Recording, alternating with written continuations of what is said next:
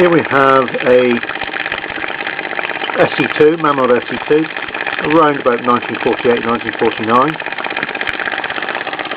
As you can see, it's a brass wheeled variety with a brass engine frame, and as you can probably hear, it's having a joyous time at the moment, priming and bubbling away, pumping out oil and water. It always tends to do this. I've had to effect a repair on the union bolt on the boiler on this one because it just continually leaked from it. So in the end I've had to solder the top of the union bolt. I didn't really want to do that, but there's just no other way. It just will not hold steam. I did run this one some months ago and it was just appalling.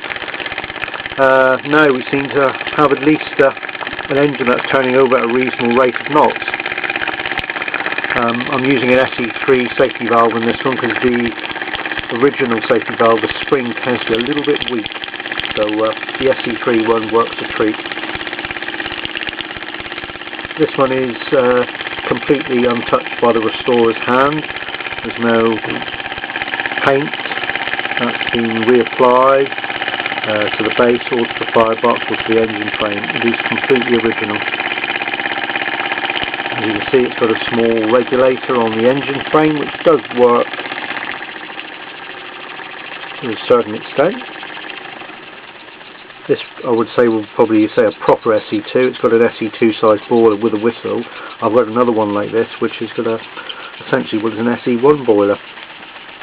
Perhaps they had a shortage of boilers or supplies or whatever around this time.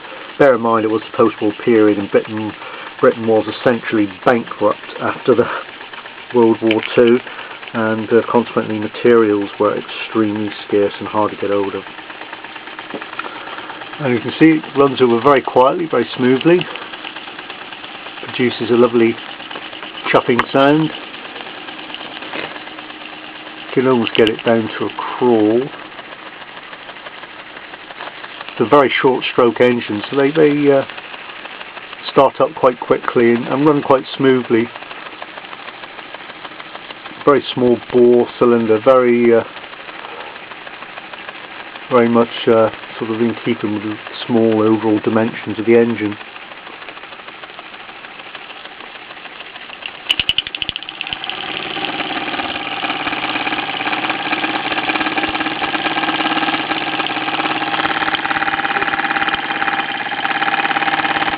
You see the decal on this one is original. Contrary to what people think, it has a very, very flat metallic gold background, not shiny. And this one's quite well preserved for its age, considering this engine's 60 years old now. You tend to find after a while it does tend to stop priming, and you start getting that bubbling sound coming from the funnel as it fills up with the water, which is being exhausted from the cylinder.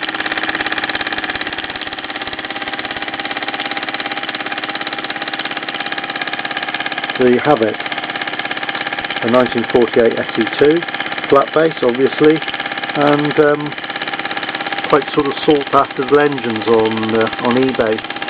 This type were replaced in '49 when they used the cheaper long engine frames which are just made of pressed steel, although they still had the brass wheel up until about '53 when the Mazak ones came in.